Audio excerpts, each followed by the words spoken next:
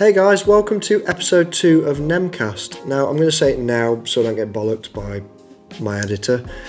Like and subscribe, and I will probably say it later. So, I'm Courtney, owner and founder of Nemesis Tactical, and this is Ben, owner and founder of airsoft. And today we're going to be going over just some of the subjects that we're following on from last time. So I think the first part, let's discuss the ongoing NAF debacle as such. So sort of last time we had a discussion amongst ourselves, which is basically just echoing a lot of what we saw in different sort of UK airsoft community groups, if you like.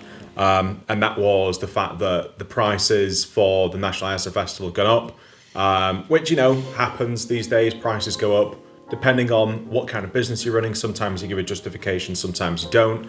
But there was an overwhelming, 150 comments on several Facebook posts by Ground Zero, the National Airsoft Festival page itself. Essentially with most of the comments just asking why the price rise, because there was no formal announcement. So that was essentially what we discussed last time. We asked why the price rise as well. We suggested a few things they could do to improve the site, what was missing last time. Yeah, so we had a discussion amongst ourselves based on our experience. We sort of went through how many years we've been going, what our experience is of the National Airsoft Festival, as advice if you want to go in the future of what we've learned from going, and essentially what that looked like from our perspective, and sort of wondering how the festival can be improved, and asking ourselves why the price rise and what are you getting for your money. And essentially since then, after many, many days of waiting for some kind of response somewhere from Ground Zero, we have, there's two posts, one post essentially, that's been put in UK Airsoft Community 2 and perhaps a few other Facebook groups that have been addressing the price rise and the debacle, if you like, over the prices. I noticed this post on the Facebook community sort of pages from a chap called Peter Willows. Now, I reached out to Peter and he sent us copies of the emails, so I'll hopefully at this point throw them up in the on the screen for you to read yourself, and then if you could kindly narrate your way through it, because I read like an autistic 3-year-old, and we'll go from there. Yes, so I'll bring my best reading so voice. So channel your inner Peter Willows. Yes. And then we'll go from there. So, the initial email addressed to Ground Zero is, "Good afternoon all, I hope you're doing well and I wish you a happy new year for 2024. Having seen the recent posts across the Airsoft community pages along with the National Airsoft Festival Facebook page regarding the price increase over the last year, I was hoping you'd be able to provide some insight as to why this increase has occurred and also why so much. Having attended the NAF for a few years, I've enjoyed my experiences playing and socialising. However, last year seemed a lot lacklustre in terms of the facilities provided. There appeared to be fewer toilet facilities, especially towards the rear of the campsite, nearer the manor house, fewer stalls, much restricted private cellars, the space by the chrono area was too small at times and created a bottleneck in some places, and a much reduced on-site shop. While I appreciate there is enormous amounts of resources and planning needed to organise such an event, you've been doing this for some time, so should more than understand the participants' needs. The chrono queue is still ridiculous as an example. If you could provide some clarity on the matter, it would be much appreciated, as a 27% price increase without any mention seems rather hefty when compared to last year's early bird prices.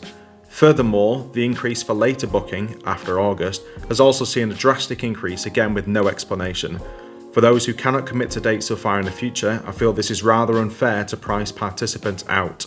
I would like to assume this is due to the ever-rising costs of raw goods, utilities increasing, insurance costs, but at this point it's all speculation. I hope to hear from you soon."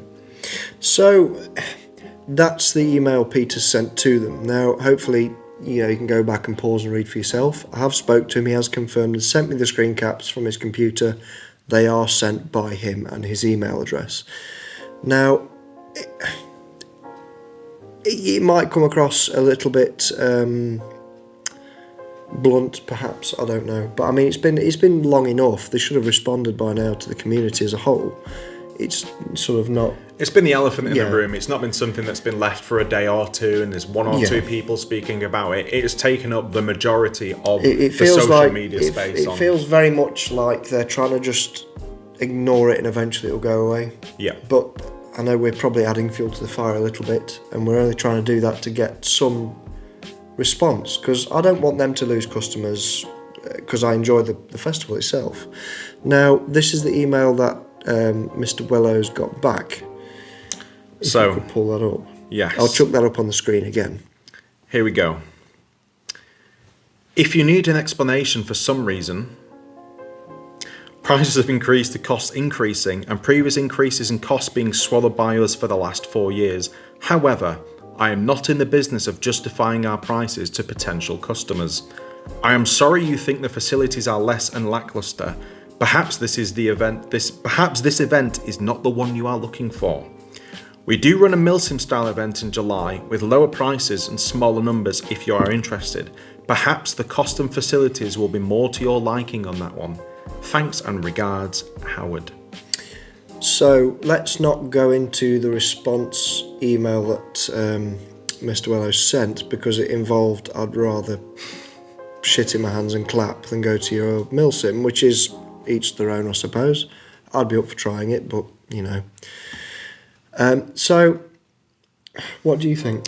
Yeah. Do you think that's an acceptable response, or is that? I think the last time something like this happened, there's many people in the airsoft community will recall there was a gentleman that asked another business owner for some feed lips at a very early time in the morning, and I don't think many people have forgotten just what the response from that was. That was you, wasn't it? That wasn't me that said that. So there was, for those that don't know this sort of piece of lore, if you like, there was a gentleman that asked a very, very well-known gas blowback specialist company in the UK for some feed lips for one of his magazines, and this guy sent a message to the business owner around midnight, 1 o'clock in the morning, perhaps a little bit later.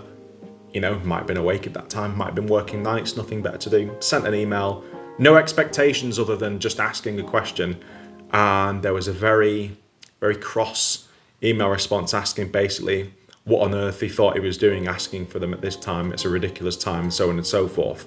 And the guy was completely blown away, like, dude, I just asked you a question. There was no other expectations that fell on this business owner, and people have remembered that. And I think the response that Ground Zero have given to this question, well, from what I've seen, the responses are on the groups which this has been posted on, is about what you'd expect, with a surprising number of people sort of backing up Ground Zero.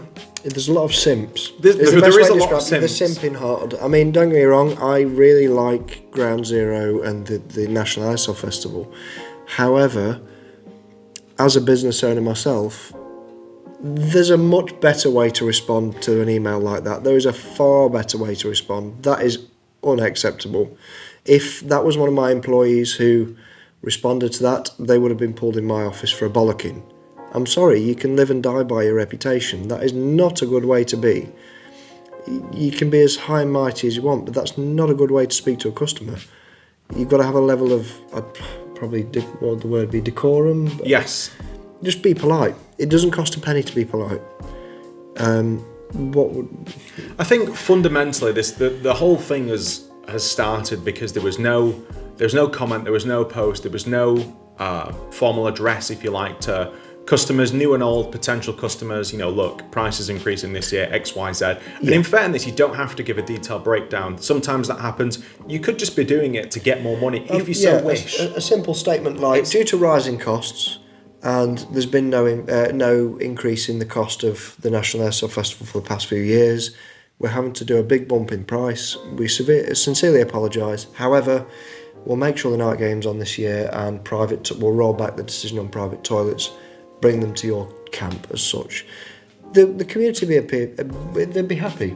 Generally speaking, I would anyway. Yeah, well, as far as the airsoft community goes, a lot of it relies on communication. It's that simple. You can have something that's not too great happen, and as long as something's communicated with someone, generally people are quite laid back, obviously to a limit. But the fact that this was just left for 2 weeks, there's not just one Facebook post, several Facebook posts. Obviously, first of all, it went up on the website. People that were keen to look at the National Airsoft Festival found the increases first. That sort of spread its way around the community because everyone knows of the National Airsoft Festival. It's a big thing. Doesn't need to do its own advertising, so to speak. Everyone knows what it is, more or less. And yeah, I mean, this made the rounds, and then people started posting, okay, why? Why is this happening? And then whoever, these people might not have contacted Ground Zero directly, and that's fine. You can have a discussion amongst yourselves, but it became quite evident quickly there wasn't much of a gap between these increases being announced by Ground Zero and some people in some method. Obviously, we can't see who emailed Ground Zero, so to speak. We don't have a list of every email that's ever been sent to them. But if you look at posts in, airsoft community groups, and certainly on their own pages, it's quite obvious that people picked up these increases very quickly. I mean, they did a post quite recently. I think it was just something generic like, it's not long now, type thing. Yes. And everyone was saying, why is the price increase happening? There's a lot of communication going on in them comment sections from just people who are going or potentially thinking about going, and there's no response from Ground Zero or whoever runs NAF. I don't expect you to have a full PR team, but Christ above, sort yourselves out a little bit. You need to get this stuff handled, because you're going to lose. I know it's a 3,000 odd player game, which that's a separate it's more now. point, because it's more now. Yeah. But you're more than likely going to fill the spaces one way or another. But it's like an airsoft site itself. It's going to have regulars. Yes. It's the level of. I mean, if nothing else, if not the price increase, because there was a lot of people in the comments saying, it's only an extra 30 quid, 40 quid, whatever. And it's like, that might be the case, then, for most people, that might not make a blind bit of difference. But it's not the fact of whether people can afford an extra 30 or 40 pounds. It's the fact that people are looking at this and going, what am I getting for my money? Am I getting less for my money? How is my custom treated? And due to the response that we've seen, or certainly before that lack of response, it really does come across that the message is just quite arrogant and complete contempt for your consumer base. It's not very consumer friendly. Now, I think, like I said before, and I will reiterate it, just in case someone from 01 or whoever watches it,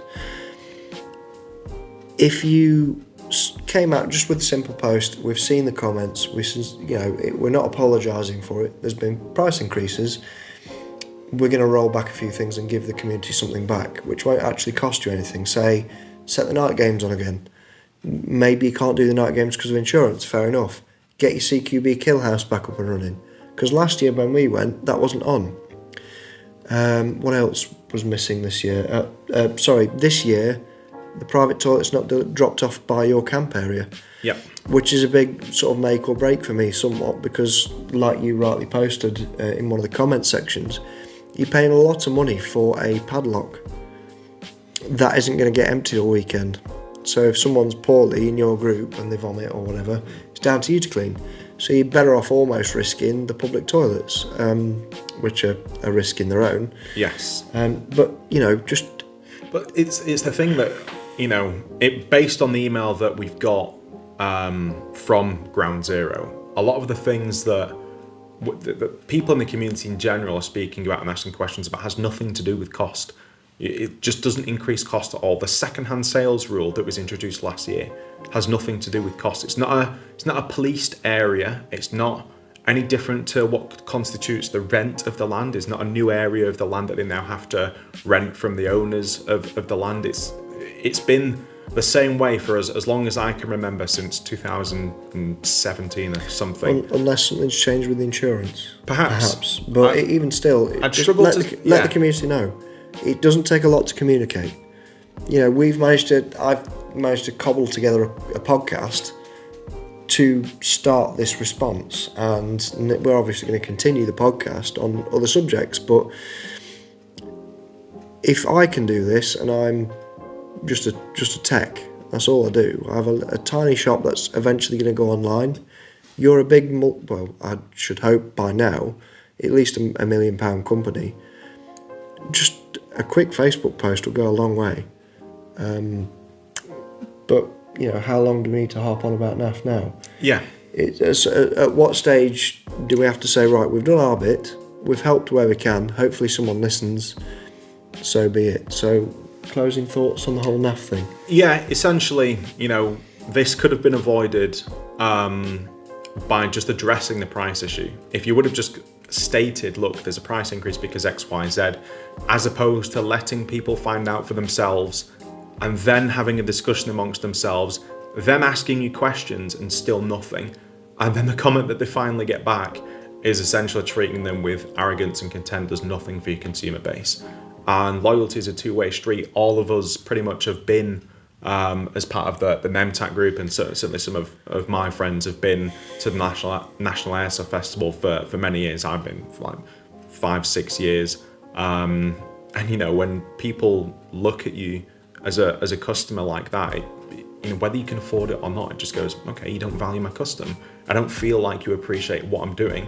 So either you don't go, you look somewhere else. People do vote with their wallets, especially when you have communication such as that. So unfortunately, I think that's the kind of message that's been interpreted by a lot of the loyal customers of the National Airsoft Festival for many, many years. That's certainly the consensus. If you look amongst airsofters in different groups, that's the consensus they're giving, is just, well, okay, I can see how you feel. You've not said anything, so I'll just take my custom elsewhere. I feel like I'm getting less for my money.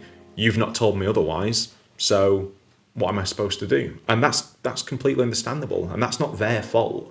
There's nothing they've done to get that way. You've just not addressed something, or you've addressed something in the wrong way, and that's what happens with a business, especially in airsoft, where it's most of it is about community. It's about communication. Yeah, it's more about community than profits, almost. I mean, don't get me wrong, I've built my business about trying to make a profit. I'd like to pay myself a wage, but it starts as a hobby, doesn't it? Yeah, it starts from a hobby. I mean, if you look in an airsoft community group, a Discord, anywhere else, the amount of advice that's given to new players, the amount of help that's given, people don't ask money for it. It's not like a consultant where people are charging money to offer help and advice. It happens for free. Oh yeah, I'll give you that. Yeah, come to site. Oh, you've not got any BBs. Yeah, I'll lend you some. That's essentially what it starts out as, and everyone's been through that stage in airsoft where you were that person that's just started. You were asking for advice. You didn't know what anything was. And yeah, it's very much a community-based game, and all it takes is a couple of bad apples. Even at a game day, if you've been going to airsoft 10 years, it takes 4 or 5 bad apples, if that, at a game day to ruin your experience. And that's essentially what it can feel like if you're a business doing very much the same thing.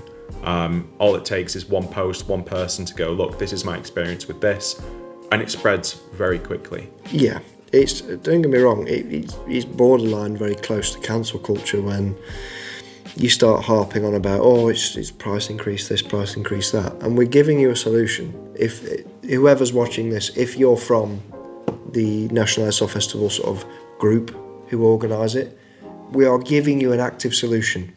We aren't doing this just to shit on the company and the festival. I would like to attend this year. However, we are giving you an active tool to justify the price increase. Just do that, and I'm telling you now, the community will sort of, just let it go by the wayside. So, rounding off this sort of subject, so I will timestamp this, by the way, I should have mentioned at the start. I'll be timestamping this podcast, so you can either skip the NAF bit and go on to the next subject, etc. And I'm going to try and do each podcast in sort of 3 segments. So you'll have part 1, part 2, part 3, and you can choose your subject and listen to our opinions or whatever it is. So, rounding off the first subject, which is the NAF debacle as such, I would like to go this year. It's on my birthday weekend. I spent my 30th birthday at NAF, so it obviously means more to me than some other people. I might not go to play this year. I might go as a business, take a load of second-hand rifles from Nemtac and sell them in the second-hand area and just pay the camping and enjoy the festival. What about you? That might be the most that I get out of it as well, because I did the same thing last year. As we discussed in the last episode, I essentially bought a trailer in expectation of carrying all the gear up that I had, which, again, if you're going to a festival, any airsoft festival, be it the NAF or otherwise, get something like that. It helps massively when carrying stuff everywhere. But that might be the maximum capacity in which I go. I mean, it already is known amongst people that have been to the NAF. You don't go for the airsoft experience, you go for the social event. I mean, another sort of point we mentioned earlier slightly is they've actually increased the player count this year. So previously, I think it was capped at 3,000 last year. It's usually capped at 3,000 most years. The next year, it's capped at 3,450. So every team has had an allocation of an extra 150 slots per team, which I'm sure is great news when people are looking and going, but it needs less players and better organisation, and it seems like the opposite is happening to a degree. I wouldn't say less players and better organisation. I'd say if you're going to add more players, you need to double the amount of marshals you have and stay away from the rhododendron area where there's tunnels. It's such a bad idea with large quantities of people. But anyway, so yeah, that might be the maximum capacity in which I go, because for sales it's fantastic. I think every single year I've either bought something that's completely different, or I've seen something for sale that you just won't find in other places. I know I've sold things there to all sorts of different people. I've had all sorts of different things for sale, and there's not really many opportunities in airsoft that you're going to get a place where there's 3,000 people walking in front of the stuff that you've got to sell. It doesn't really happen. So for sales, it's fantastic. Obviously, the second-hand sales area last year was really poorly, I wouldn't say managed, because it wasn't managed. You've got to remember also it was their first time doing a second-hand sales area, a designated one. So you might find it's better this year. Yeah, but I mean, well, I'm hoping. I'd hope so, but based on my experience and other people's experience of how many times you go to National Airsoft Festival, how many items you see for sale, we've made the famous, Khyber Pass comment of walking up and down seeing God knows what for sale.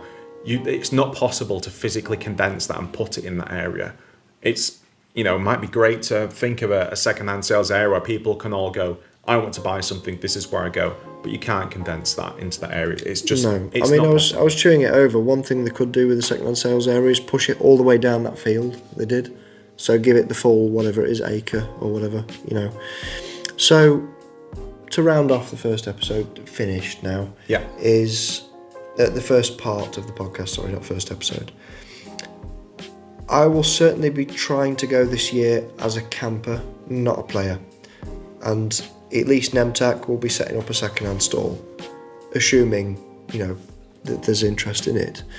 And I'll be selling second-hand approved rifles by Nemtac with warranty, etc., to our normal standard. What about you? Yeah, if I have the item to sell, I might look at going, because again, I've met a lot of people, businesses and otherwise. If you are a business, here's another thing: it is great for networking. There's so many different people there. Oh, it's fantastic. From different businesses, and it is fantastic. There's loads of people there that are very well known in airsoft, and it's not just one or two different types of businesses. It's every types of businesses. Airsoft Action, Kydex, the Gay. There's guys from Frontlines there. All these people, there's loads, there really is a lot. So if you're looking at either starting your own airsoft business, or you're in an airsoft business, you want to speak to more guys, maybe potential customers, people you can work with, I would recommend going as, something to look at. Networking is fantastic for that. But yeah, I'll be going if I have things to sell, perhaps. Again, as you said, maybe just for camping, not too fussed on the airsoft experience.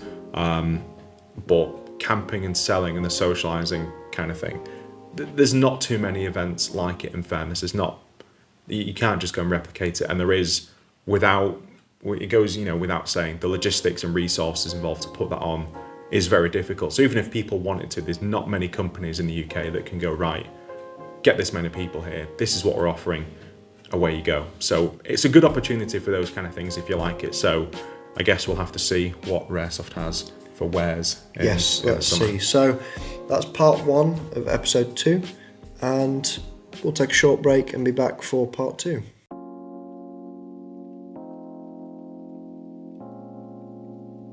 Hey guys, so we're now at part 2. Now part 2 is going to be about our little review of Skirmish Airsoft near Mansfield. What's your experience with Skirmish? Have you been there before? So first time I've been to Skirmish was last weekend. Not sort of been to too many sites that are new. I typically go to the same site many times. I think a lot of airsofters do that. Find something, they like it, they stick to it, they become a regular. Sometimes there's people that do the opposite and travel the country. It's great. If you find something you like, then obviously just stick with it. So never been before. First thing I can say about the site is the facilities. Now, some airsoft sites out there is literally just a forest with some netting around it. There's not too many other things. Yeah, take a spade, shit in the woods type thing. Yeah, not too many other things out there. It's just some netting in a forest, and you don't get any tables. Maybe get tables, that might be a luxury, maybe not. But Skirmish, the facilities are fantastic. There is toilets there that have 4 walls around them, which is a hell of a lot more. Bougie. Yeah, that's a hell of a lot more than what you can say about other sites. So that's nice. There's a sheltered safe zone, which Well, again, it's arguably semi-sheltered. Semi-sheltered. It's got, semi-sheltered, depending on where you are in there. Maybe you're sheltered a bit from the wind, you're sheltered a bit from the rain. It's sort of half covered. It's not a full structure, if you like, but there is things it's got like a border seating area all the way around. Yes. So the seat, if you're sat down, you'll be under cover. If you're stood up walking around the middle of the area, it's not under cover. So it's that simple, really. Yeah. Well laid out, though. No, it's very well laid out. And so Skirmish it's not just an airsoft site. There's paintball there. There's quite a few different things there, which I believe there's gel soft or gel ball or whatever they call it. Yeah, I mean, there's always something going on there from what it seems, but that means that the facilities there, they're very, very well equipped. So there's a very small sort of site shop there, just a couple of guns, maybe BBs and stuff like that, just literally things that you need. HPA refills, now this is a fantastic one. Not too many sites from my experience offer this, certainly not for free. And I think because Skirmish have their own sort of paintball arenas and services on site, if you like, and all the paintball guns are owned by them, they have to have compressors there anyway just to refill the tanks, which means if you're an airsoft player and use HPA, you get free refills, which is great. Very, very good bonus. Catering and food, again, some airsoft sites have nothing. You just bring your own. You take a cold Mackey's from wherever in the morning, you eat that. That's sort of more of a post-COVID thing. I remember back in the day, it used to be most walk-on fees would come with a free god-awful burger. Yes. I did notice this place, their burgers are quite substantial. Yeah, they're very good. Burger van prices, maybe a little bit more, but honestly, it's good. Some nice, decent warm food. It's better than some dog meat hot dogs from a tin that some other places especially on quite a cold day when obviously we've been this weekend just gone. It was cold. Yes, so it was -1 when we got there. And you can get coffee, which is massively important for me. I live on caffeine, and a nice cup of coffee in the morning goes a long way. So I can't fault that side of it, really. No, absolutely not. The facilities are great. When it comes to staff and marshals, that's another thing which can make or break an airsoft site. Doesn't matter how good your facilities are, how big your site is. Some sites, I'm sure I won't have to name any, up and down the country, the actual site, how it's laid out, what structures are there, are fantastic. The way they're ran and who they're ran by just completely ruins the site. Yeah. I'm sure you've all got things come into your thoughts when I mention that kind of site. But in this case, no, can't say anything bad about the marshals whatsoever.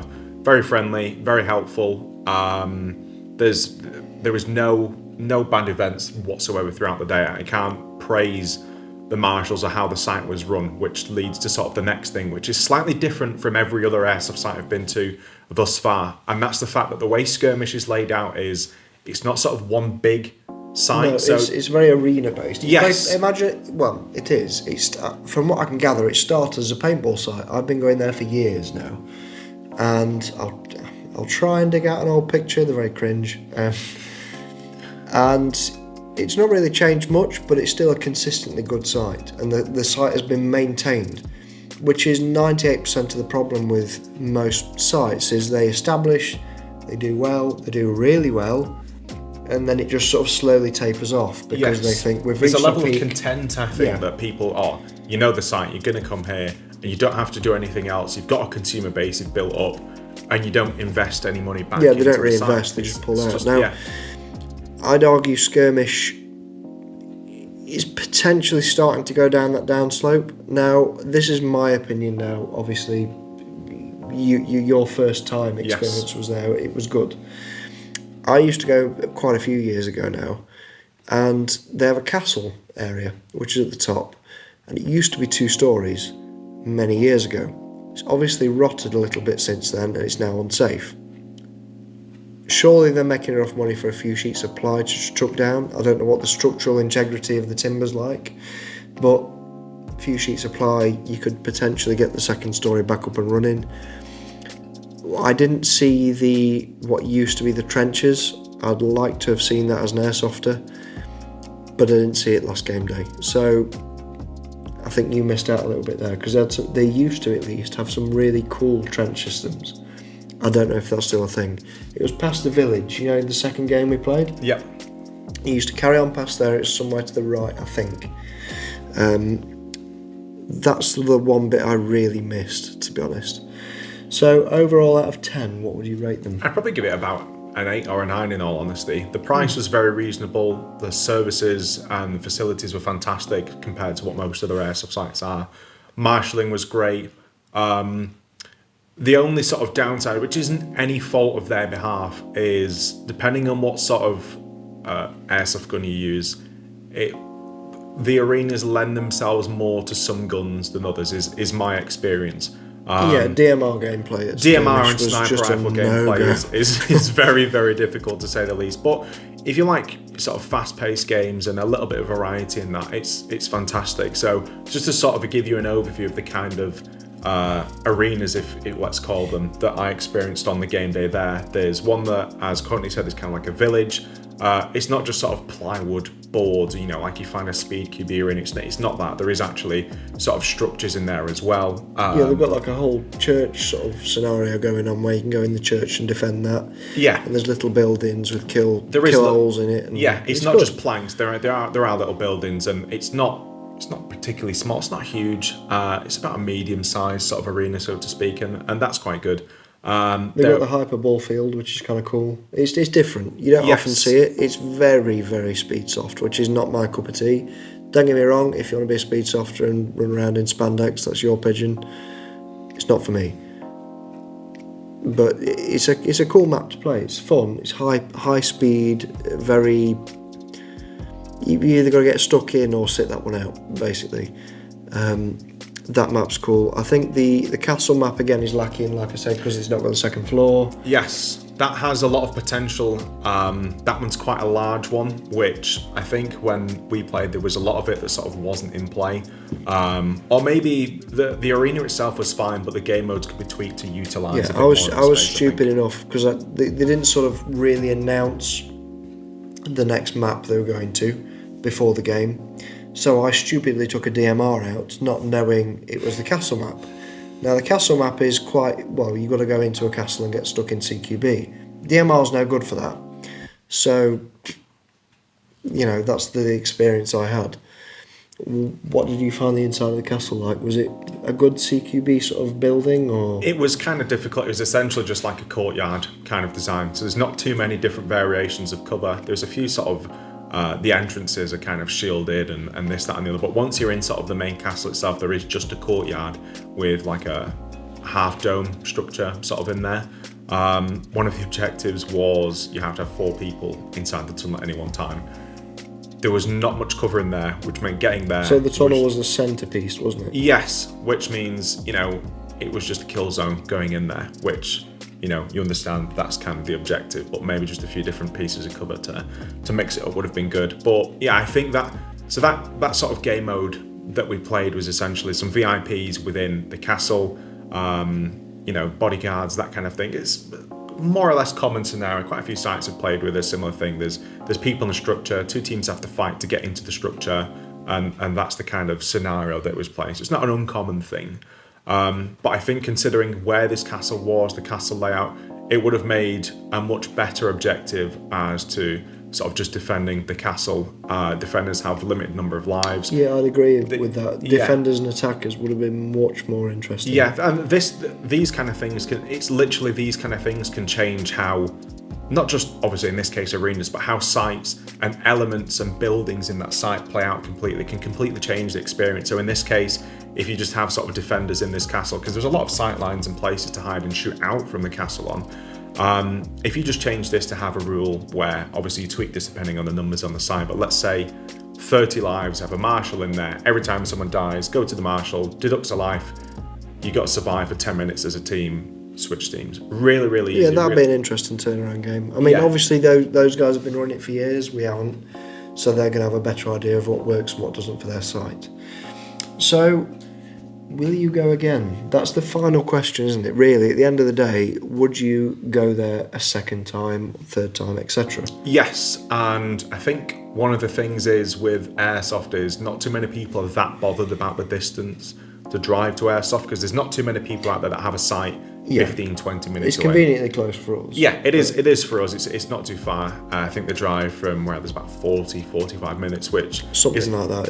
It's on the shorter side of what you'd expect from an airsoft sort of site. I mean, I've driven an hour and a half regularly before to go to other sites. So 45 minutes is relatively close. But considering the facilities, the variety, the way it's run, I would definitely go again. It feels like good value for money. I don't really have anything bad to say, just maybe bring a different variety of guns next time. Yes, well, you had to borrow my customer builds. Yes, instead of using guns from the 1990s that you haven't tested just yes, yet. It's kind of going to happen. Lack of preparation. Anyway, so that's the end of part 2. We're going to take a brief pause and we'll be back for part 3 very shortly. Cheers, chaps.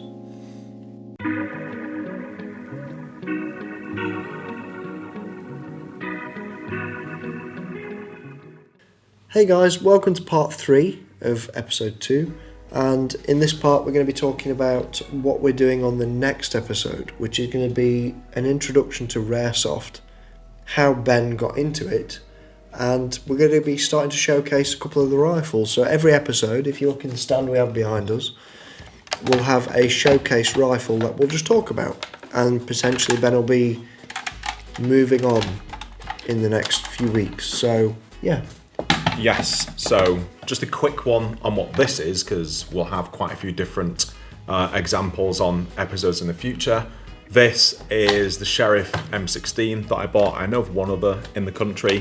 A very old bullet valve type gun, made of a Marushin PFC upplug fire cap receiver.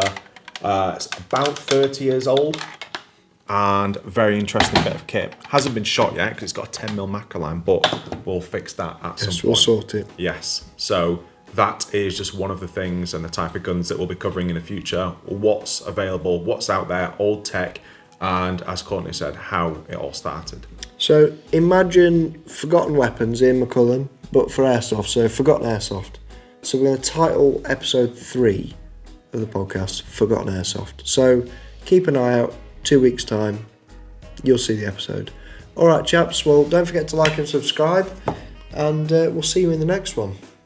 Take care.